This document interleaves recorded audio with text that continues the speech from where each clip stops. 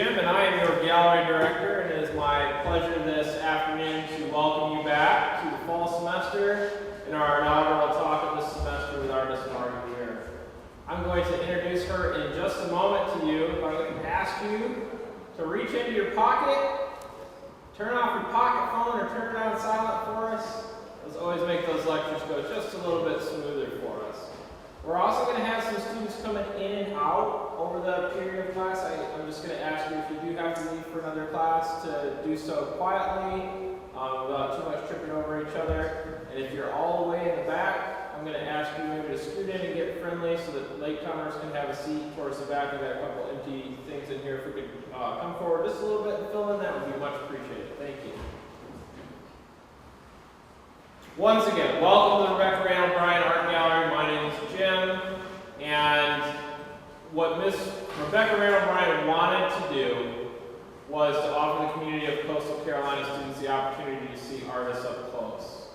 So we host a series of 6 professional exhibitions of artists of every stripe from throughout the nation and world, and so I hope to see you back here frequently and often. We're a great resource if you have things that you would like to write about or ideas that you would like to explore. But today what's special is we have an artist here to talk about her work, her career as an artist, and how she got to be here.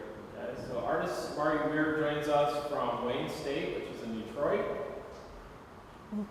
and earned her MFA in painting from the University of California at Los Angeles. Her MA in painting from New Mexico State University. She also holds a BFA in painting from San Francisco Art Institute and a BA in art history from Wheaton College in Massachusetts. Count them, people. How many degrees does she have? That's pretty impressive. I like school. I like school too. Sometimes we never leave. Weir has had solo exhibitions at Ivan Karp's OK Harris Gallery in New York and the Ruth Offner Gallery in Santa Monica, California. She has completed installation pieces at the Athens Institute of Contemporary Art in Ithaca, the Lexington Art League in Kentucky, and the Las Cruces Museum of Art in New Mexico. Awards for her work include the first prize at the Contemporary Art Center of Los Angeles Jury Exhibition in 2012, the prize for Best Works on Paper in the first Southwest Biennial at the Albuquerque Museum in 2006, Best of Show in the New Directions Fiber Exhibition at Core Center in Denver, Colorado. I'll hear more about that one. She is currently, as I mentioned, assistant professor of painting and drawing at Wayne State in Detroit, Michigan. Without further ado, please help me by putting your hands together and welcoming Ms. Margi Weir to the stage.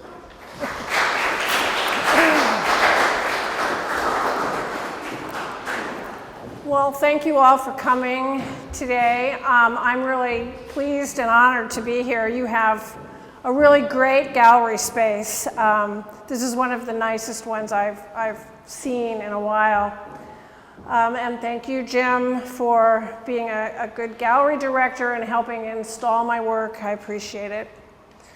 For most of you, you probably wonder how I got to being here and doing this kind of work.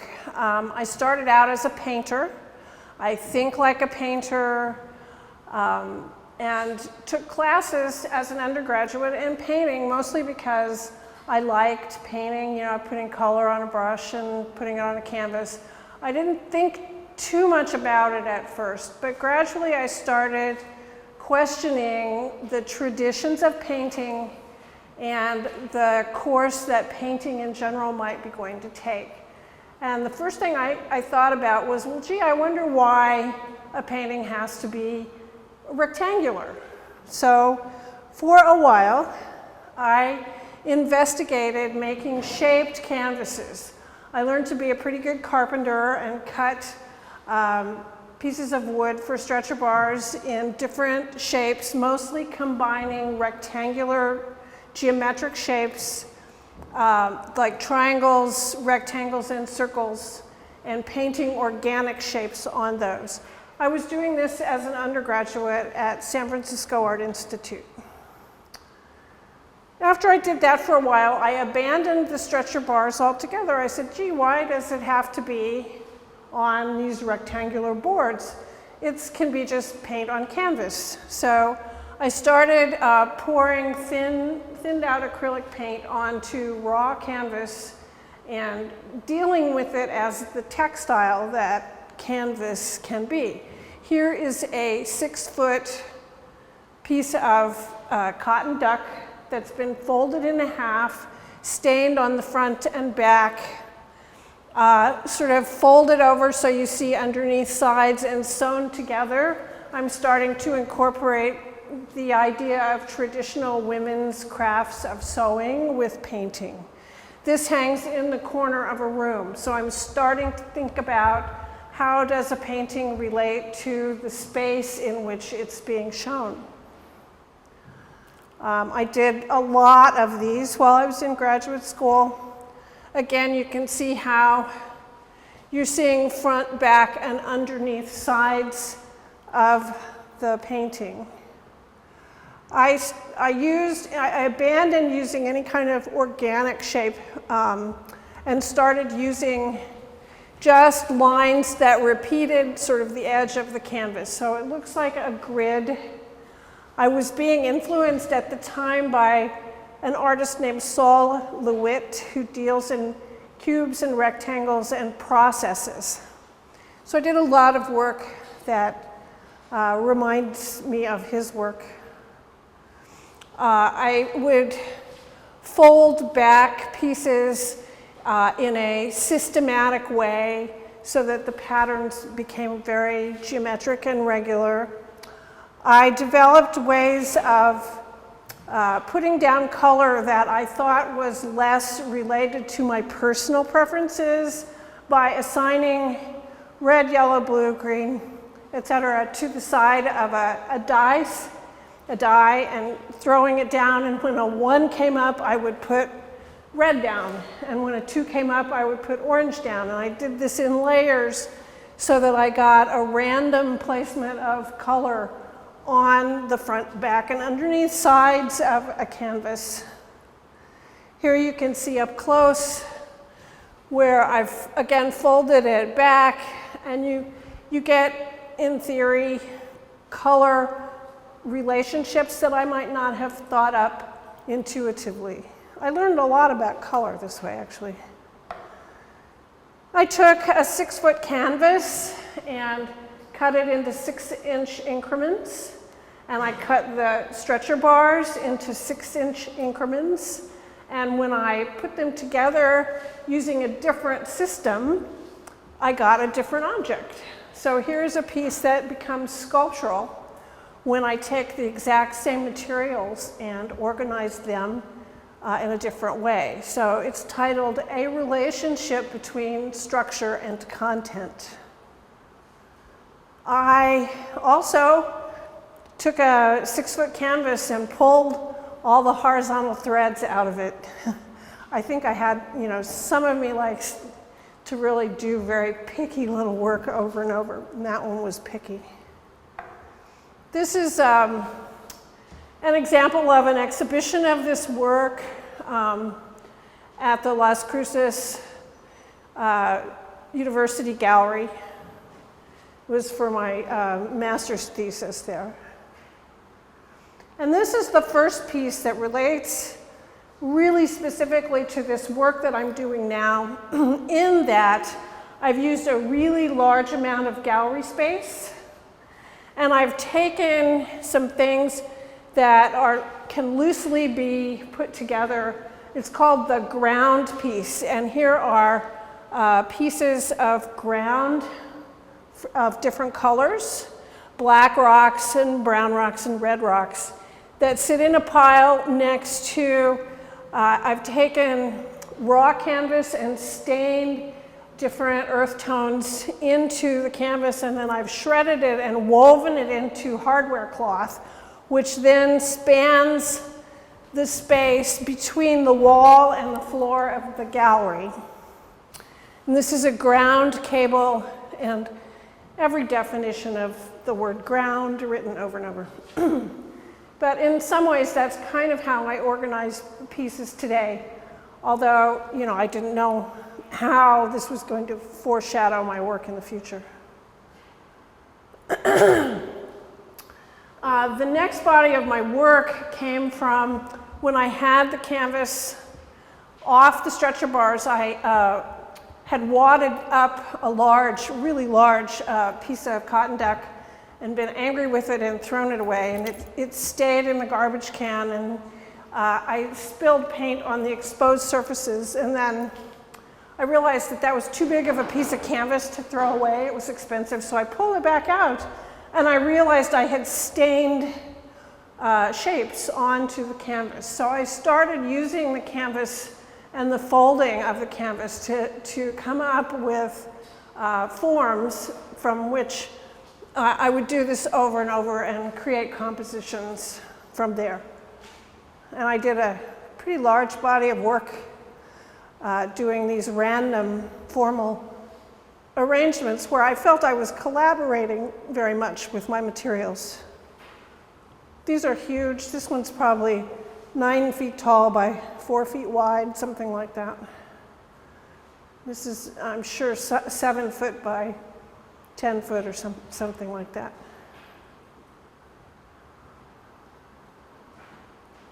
And this is an exhibition of that body of work.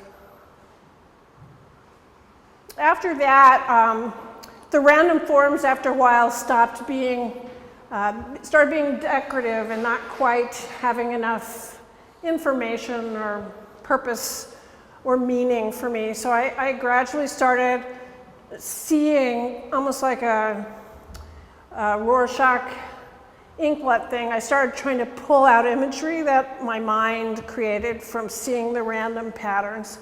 And I did this series that I called the Orb series, where this big round rock-like shape would interact with the random forms in different shallow kinds of spaces.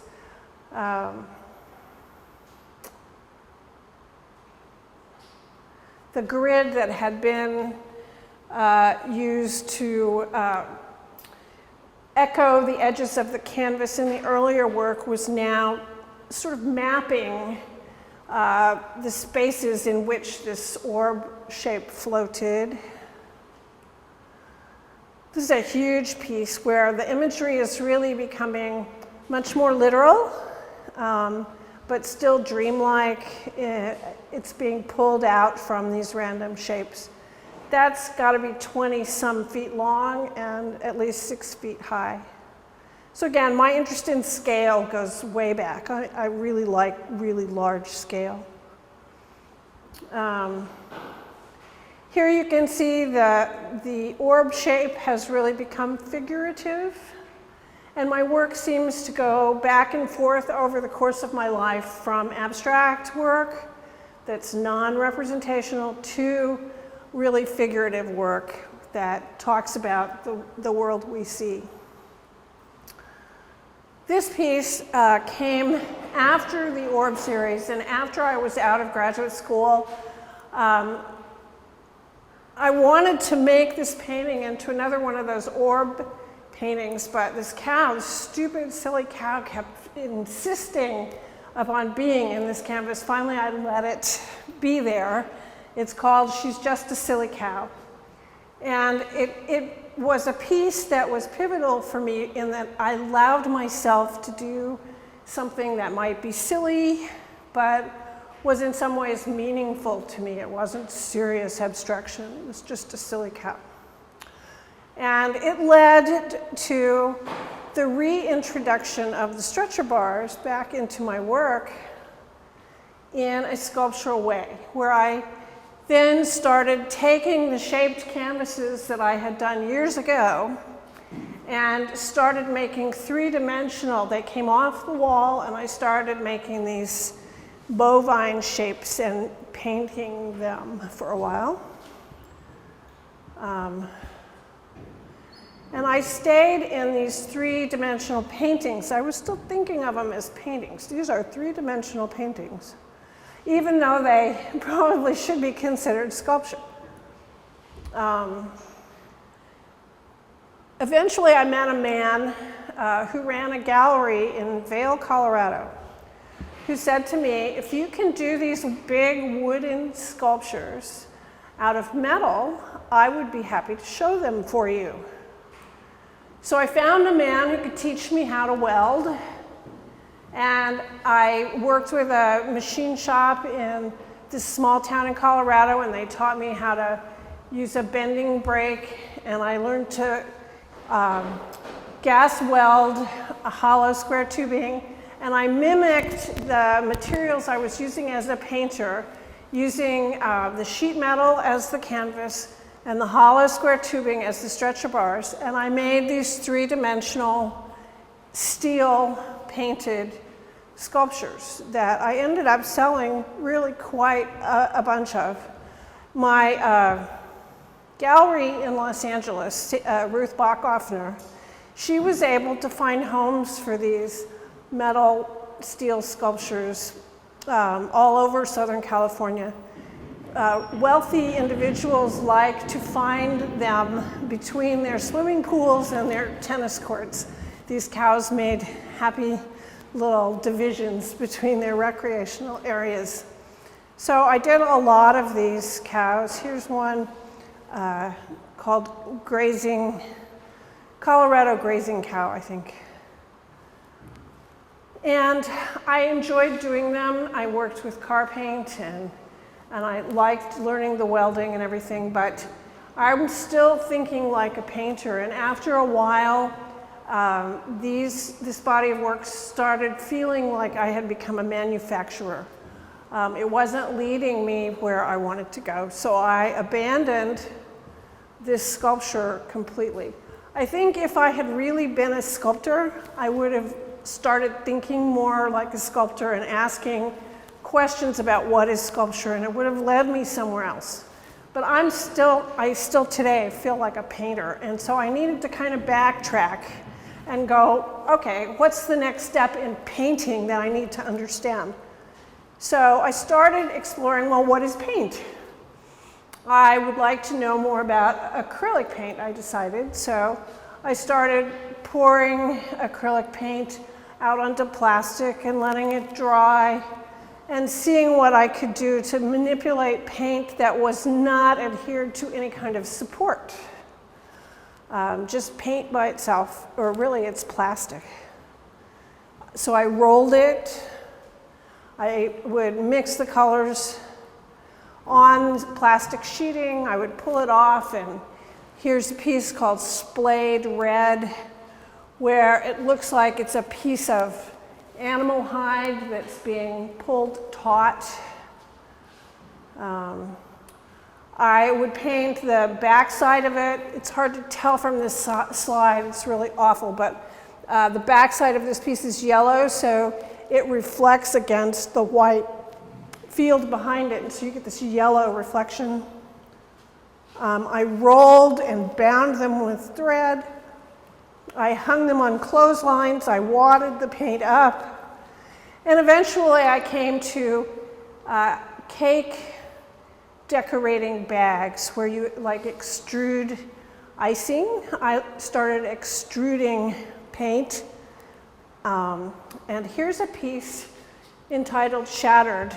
That's the only one of the extruded pieces that actually has an allusion to the world around. And this took place right after 9/11. In 2001, I did this piece called Shattered.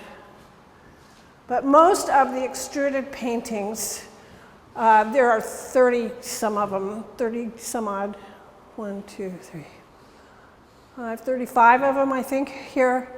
But each was just an abstract composition of these little particles of extruded paint that are like brushstrokes that I put down on plastic, pulled off, and reassembled. I played with brushstrokes as if they were little sculptural objects. This is a detail of one of those pieces. Each one is like a little extruded, shiny piece of acrylic paint. I showed these pieces at Ivan Karp's gallery in New York City in 2003. And here I'm starting to paint on the canvas again and put these little particles, little paint brushstrokes on top of it and have an interplay between the stained canvas and the little particles. So as I'm extruding, I realized that I could make these long sort of strands of paint, and I could hang them over a canvas so that they become curtains. And I did this for quite a while. Here I have all the paint that's hanging down are these long extruded lines of paint, and all the horizontal are lines that I call a snap line. And you will notice some snap lines on this work. These are, each horizontal line here is made by dipping string into thinned out acrylic paint, fastening one end of it to the table, pulling it tight and plucking it like a guitar string, kind of. So each one of these lines is made by individually plucking. I call that line a snap line. And I did, like this whole painting is those horizontal lines are those kind of lines that play off of the hanging extruded paint lines.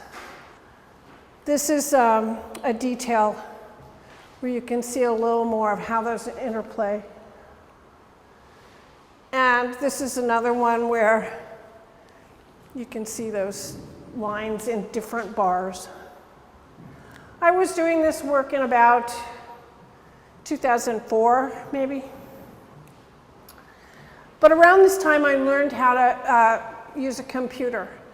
And working with a computer really changed my life in a lot of ways. But one way was I realized that I could scan in drawings and I could repeat them, and I could flip them, and I could make rows of them. And I could start stacking those rows, almost like the snap lines, and have ideas that were related stack up almost in textile fashion. So this is like the first computer image that I did, and it's called Homeland. And here I've used what I consider to be the fringe of the piece, is what has been relegated to the fringe of the idea, or the fringe of the world. And here it's the people. And you have the Capitol, and you have arguing heads, and you have a little guy that I call Ladder Man. He's the working class guy who can't climb the ladder because he's so busy carrying the ladder. Here again, you have pointing fingers. So, and the symbol for radioactive material. So if you put those as the main body, I'm not actually making a sentence, but I'm putting those together for you, the audience, to kind of make sense of. Like, what are those doing together? And why is the everyman relegated to the fringe? So I started really playing with the idea of how to string these random ideas or related ideas together. And I started doing this with acrylic paint. I would pour out slabs of acrylic paint, and I would then with scissors, cut out objects and put them back on the canvas. Here's a really simple, this has to do with painters' tools. So you have a paint tube, a palette knife, a palette, and a brush. And those are just put together to make a composition. This is Homeland, that first image I showed you, which is done with cut out acrylic paint. And I am doing most of my work now, I do on a computer first. So my ideas evolve on the computer, and then they're translated into paint or prints. This is a print, it never became a painting. This is a reaction to the school shooting at Virginia Tech. I don't know if you guys remember it or are old enough to remember it, but all over the newspapers there was this, the shooter's photograph with two guns like this, who is like, there's a shadow of the gunman here over the registers of different activities of children playing. This is called child's play. And the border, all the children playing are surrounded by guns with the shadow of this gunman in the center. This piece is over here, was first developed, I think, in 2006. It was my response to the war in Afghanistan when it first started taking place, and Iraq. It's been redone many times. I did it once on a circular canvas that's about 3 feet in diameter. I can also do it on glass. Here's one on the window of the gallery. It can be small, it can be very large. It was the first time I made it, however, it was 6 feet in diameter, and I cut all the pieces out by hand, all the vinyl out by hand, because I didn't have a vinyl cutter and I didn't understand how vinyl cutters worked. I was working at a museum, which is how I came across vinyl, and I was putting the words for exhibitions up, and it dawned on me that this would be a fun material to work with, and it's in fact a slab of color, very much like the sheets of color that I was using in acrylic paint. And so I kind of made the leap of those as related materials. I still use this image, and I realized that when you cut the pieces individually, they can be assembled in a variety of different manners, and you get a different piece. You can get, you could pick the scale of the imagery to suit the gallery space where it's going to show. So each piece is then tailored to the room itself. This is another early piece called Tapestry of Flight, and it's loosely based on things that fly, that are surrounded by missiles and bombs on the top and bottom fringe. This is the first piece that I cut in small. I borrowed the small tabletop vinyl cutter that the museum had that would cut 12-inch wide strips. And so I cut this 12-inch wide strips, and I was able to send it for the first time across the country, and someone else put it on their big wall, because I didn't really have a wall that was big enough for this large piece to be shown the first time. And that was at Attica in Athens, Georgia. Then I had a friend that ran a gallery in Albuquerque, New Mexico, and she said, if you give me your computer files, I will have this friend of mine that runs a vinyl store, she'll cut all these things out for you. So I did a piece called Worker Bees, and it's mostly just these bees repeated and flipped up and down in a pattern. But I drew a charcoal workman on the wall of her gallery, in charcoal on one side and in acrylic paint on the other side. And somebody else cut out all the vinyl, and then I went in and installed all the vinyl and then hung a painting on top of it. All of this is before I bought my own vinyl cutter. That was a big deal, was to have the proper tool. But I was able to do some fairly big installations by having other people do the cutting or doing it just in sections. But now I bought a used 30-inch vinyl cutter, and all the vinyl here in this show and everything, I cut myself, and I do what's called the weeding. And weeding is where you pull out the negative space by hand. So anything that you see white has been taken away from like a black sheet of vinyl. The cutter itself just cuts the line, and then you have to go back, and it can't tell which you pull out and which you leave. So here's a piece that is a painting where I'm doing the snap lines horizontally in the background, and I've cut some vinyl on top, and I've used the vinyl also as a stencil. I don't think you can read the words, but there's some words in that field of yellow.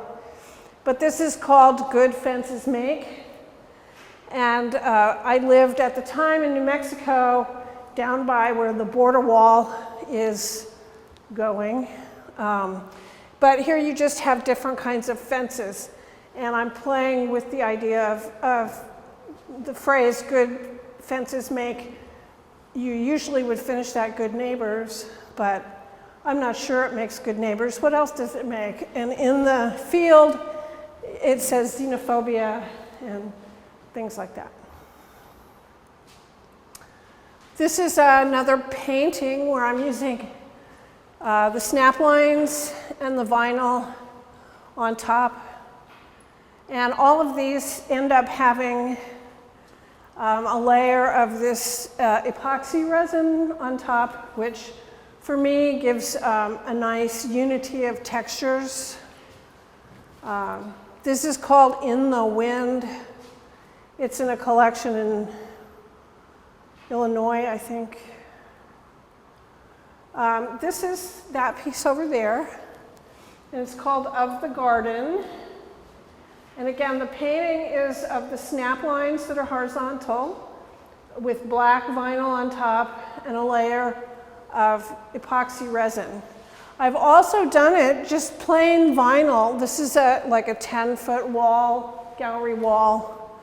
Or here, I've done it just in black and white, and the scale can change and vary according to the situation that it needs to be shown.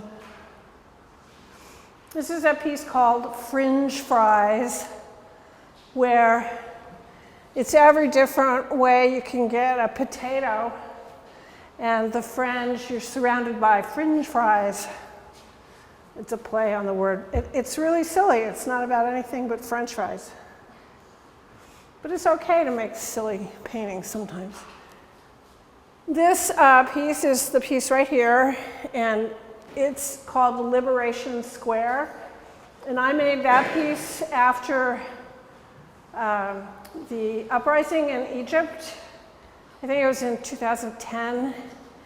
And what really struck me and pushed me to make this painting was I was watching the news, and into the square where everyone was protesting came some counter-protesters riding on their camels. And I was just struck by the contrast between, the ancient civilization and the social media, which had gotten the protests together, and we're over there with trying to get oil, and just the mixture of odd, contrasting imagery made me want to make a painting about it. This is called Under the Boardwalk, and again, it's about 8 feet tall and about 40 inches wide. It's got the horizontal snap lines. It has different color vinyl on top, and it's a boardwalk with a guy fishing, and it's got oil tankers sort of out in the water.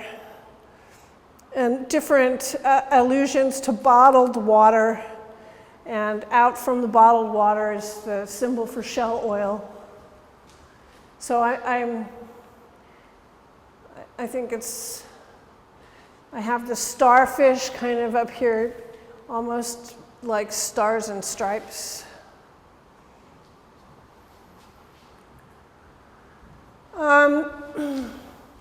This is another piece where I've used the text fragment of a text in there to provoke thought in the viewer. It's called "Home is Where." You would normally finish that sentence with "Home is where the heart is."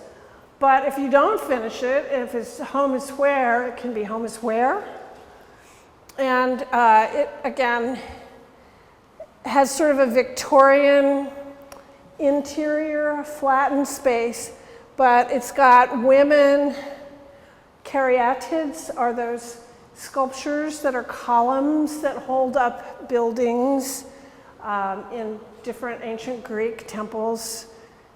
They're called caryatids, but here it's the woman that's holding up the family house, and sort of the empty chairs with the shopping carts and the old woman, and then "Home is where" with the roses kind of pushing up from the grave, kind of. It's not a very happy subject matter, but it's kind of about different ideas of homelessness. This is the piece that's about Detroit. I moved to Detroit in 2009 from New Mexico, and it's a big city, and there's a lot of driving, and there are a lot of freeways, and there's a lot of signal lights and orange barrels and parking meters and all that goes with a big city. And so this is actually a view of one of the freeways going into Detroit, a map of Detroit, and it's just a mashup, really, of my first impressions of Detroit. It's called Detour Detroit. Then in, I think it was 2010, maybe, but I didn't get around to doing these until 2012. The oil spill in the Gulf of Mexico happened. British Petroleum almost ruined the Gulf of Mexico. And I had this idea that it reminded me that oil was soiling our planet in the way that for my grandmother put these little doilies on the back of her furniture to keep her husband's oily hair from messing up her furniture. And those things are called antimacassars. Well, I thought, man, we need an antimacassar for the earth that will absorb and protect our world from men's oil. So I made a series of antimacassars for the Gulf, is what this one's called. And it's, a small one is over here. But it's got oil rigs and sea turtles and different endangered species mashed up again with oil company logos, the Gulf of Mexico, and British Petroleum in the middle. Again, it can be any size. Here it is in white vinyl on a 10-foot black wall. Here it is on a small canvas. And you have it here, small, black vinyl on a white wall. But I did, like I said, I did a series of these. Here's antimacassar number 2, which I often show. I don't think I brought the painting. There is a painting of it, but I often show it on the floor like a rug, kind of like this one.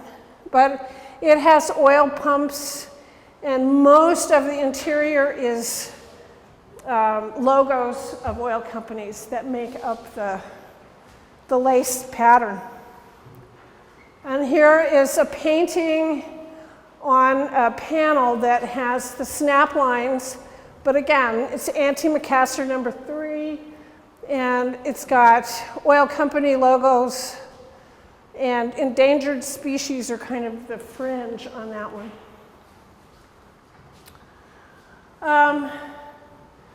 This is about 2013. I'm delayed a little bit in making these, so usually my response is a year or two after. I've gotten angry just because of production time. But these next couple of pieces are about the financial crisis and the stock market, and this is a piece called Paper Tiger. It's vinyl on the wall. It's got the Federal Reserve, the wheat from a wheat penny. And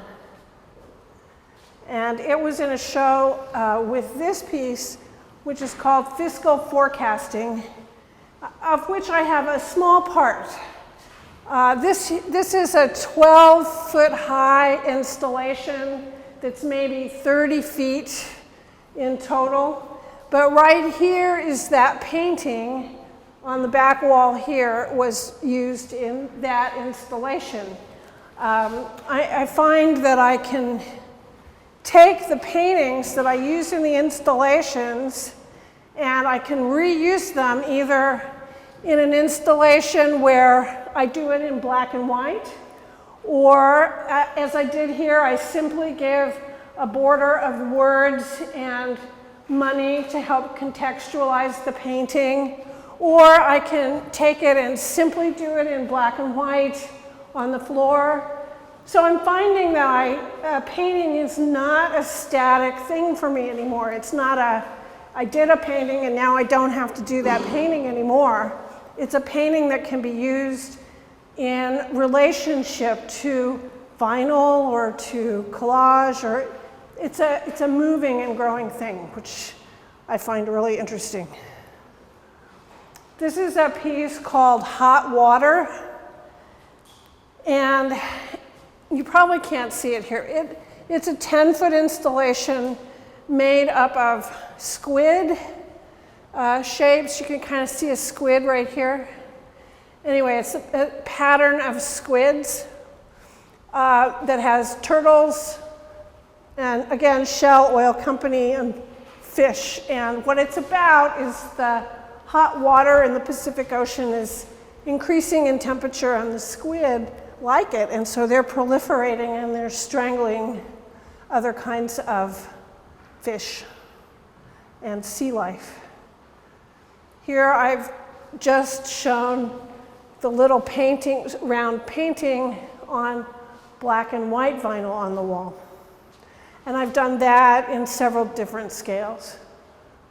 Then in 2014, I started doing this piece where I really did design the painting as a standalone, or it can have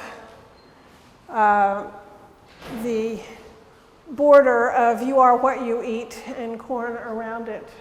And it's about GMOs and Dow Chemical and Monsanto, and its title is Family Farm.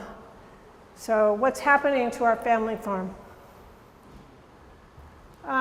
This is the first iteration of this piece that's here in the middle floor. And I thought of it first in terms of black vinyl on a wall with a painting in the middle.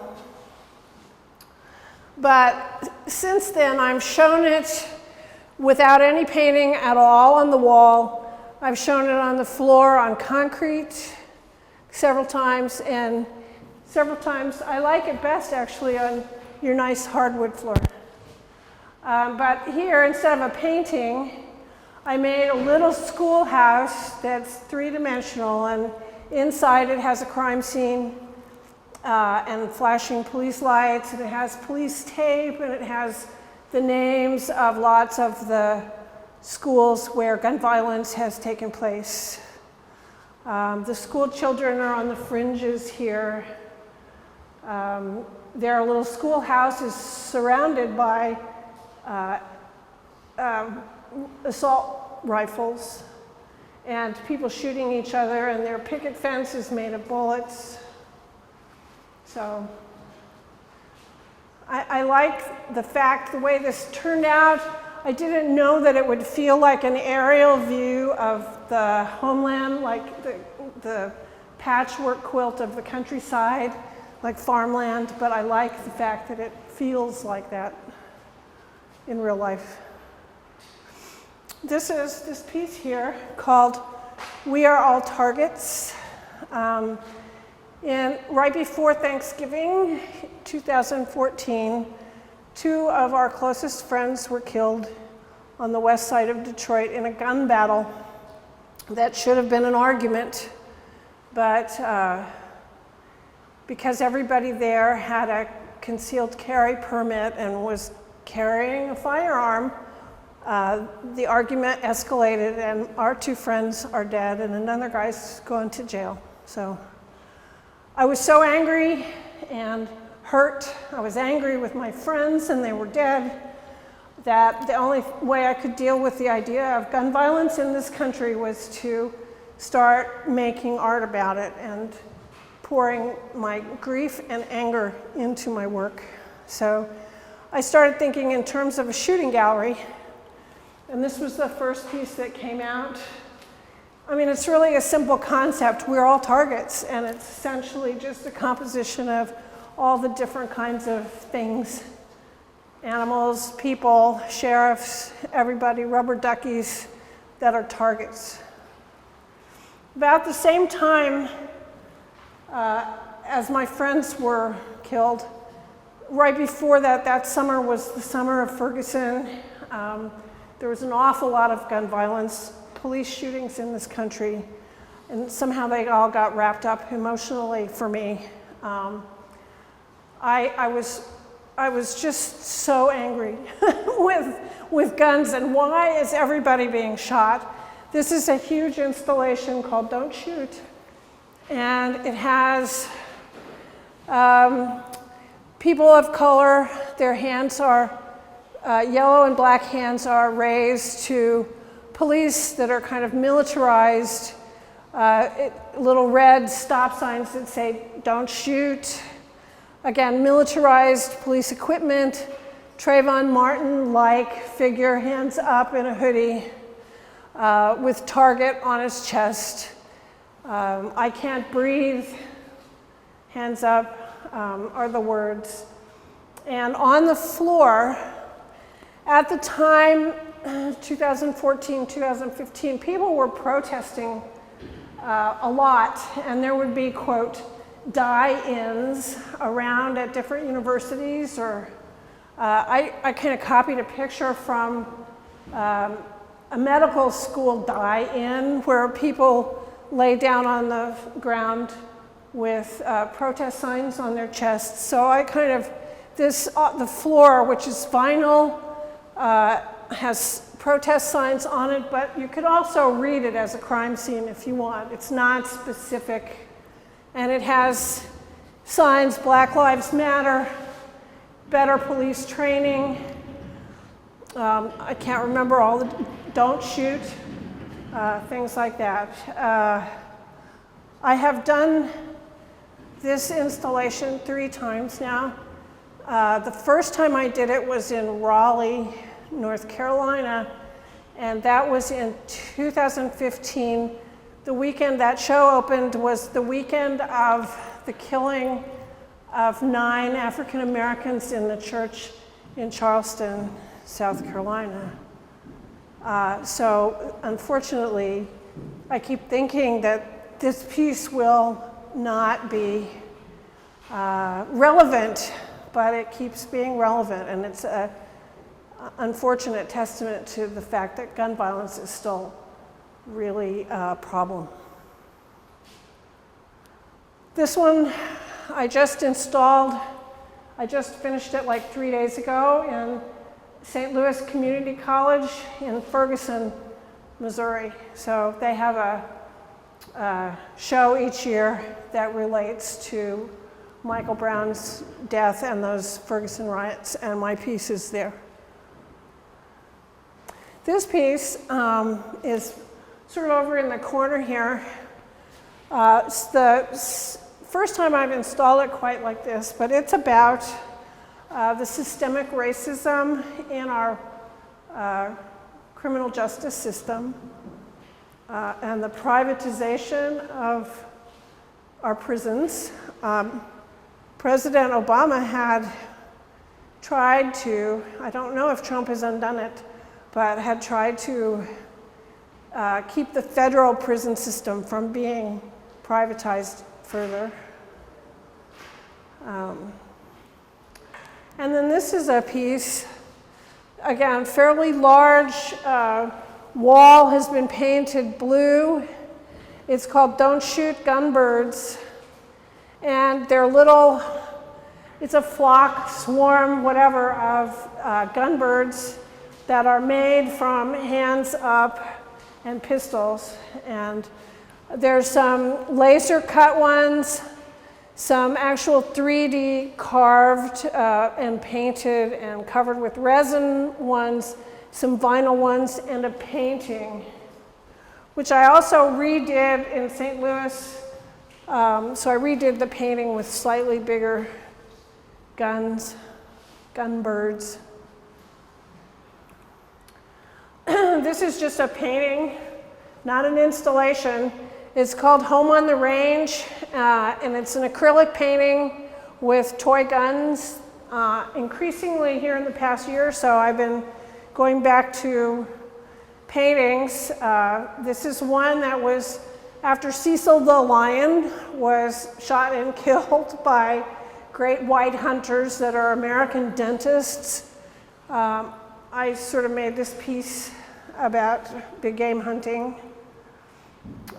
This piece is called Police Line, and one night I took my dog out. I live in downtown Detroit in a concrete and brick warehouse, and so I didn't really hear that anything was going on outside. I took my dog outside, and there were police lights flashing, and there was yellow police tape everywhere.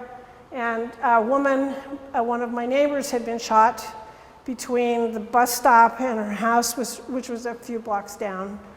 And the police had strung the police tape to my tree to block off the road, which they left there several days later. I went out and I collected the police tape to use in this painting. But it's also meant to be, there's fingers pointing and targets, but it's also meant to be sort of a blurry TV screen image about how we're seeing this kind of violence on the television. And the police tape is the edge of the television, so it's about media violence too. This is a pretty new piece. This year it's called White Privilege. And the center part of it, which is hard to see here, I'm doing acrylic paint on black plexiglass. And it's displayed now in St. Louis on a black wall with white vinyl around it. So everything here in the center is acrylic paint on plexiglass. And it has this border on the wall, which is painted black. Kind of like the green painting at the back of the room. It's a painting with a border. And this will be the last one I have, which is also an acrylic painting on a black plexiglass with a multicolored vinyl border around it. And it's called Blue is Not a Neutral.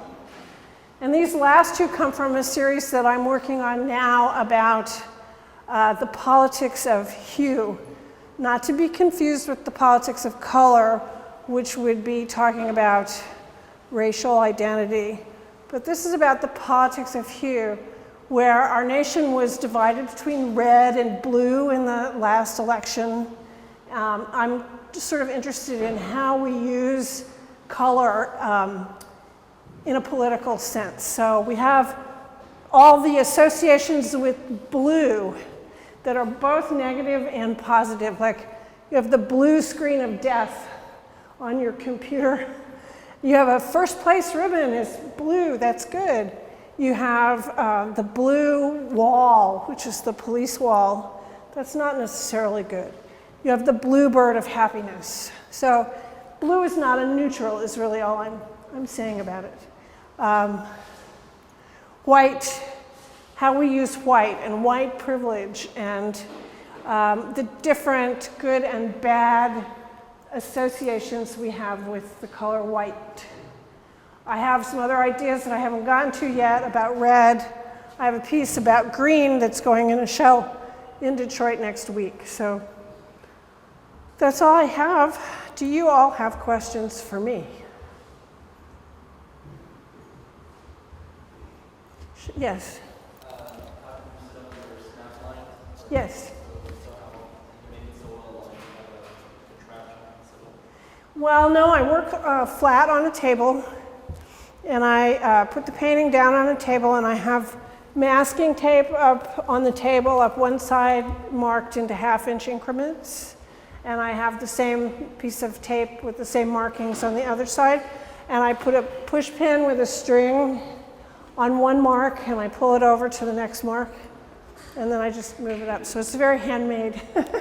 No, not a sophisticated contraption. Yes? You kept saying that you felt like a painter. Why is that such an important differentiation when they feel like a painter is a sculptor? I just think that artists tend to identify with a discipline, and that the probing of the boundaries of the discipline and the traditions of that discipline often provide sort of a narrative for you to work with. I think Jim might consider himself not to be a painter, but to be in the craft disciplines. And that just provides a different set of questions that you're asking yourself. How do I fit in? Like I said, when I kind of felt myself moving into sculpture, I would have started asking more sculptural questions, and my relationship to the past would have been to the past history of sculpture and not the past history of painting. So for me, it's just an interesting way of bouncing my ideas off my envelope, sort of. I'm not sure it has to be that way for everyone, but it works that way for me. Anybody else? Yeah. Why do you take such like a political stance? I just, I was making those hanging curtain pieces in 2003, 4, like that, and I found there was a huge gap between the beautiful sort of abstract work I was making and the angry interior life that I felt about certain politics that were taking place in the country.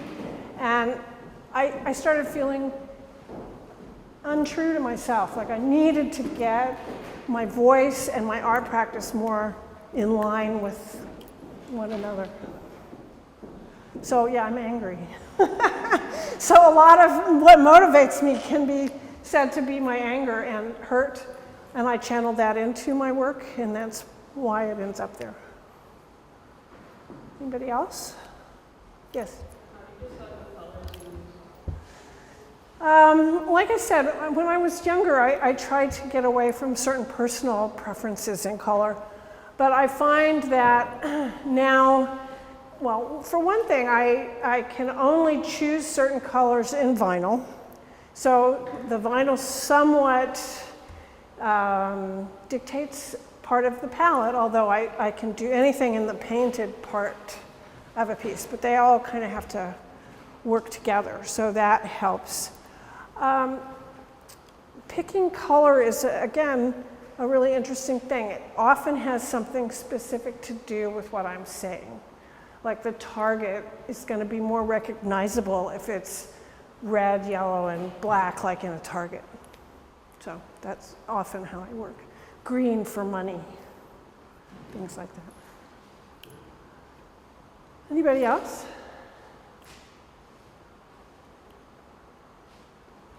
No? Well, thank you all for coming.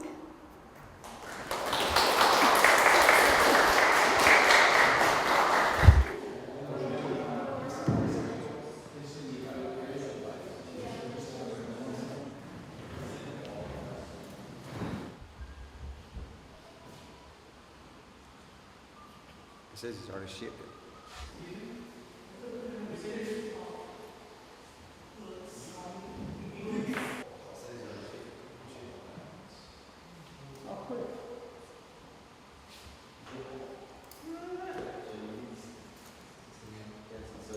是通过是，啊？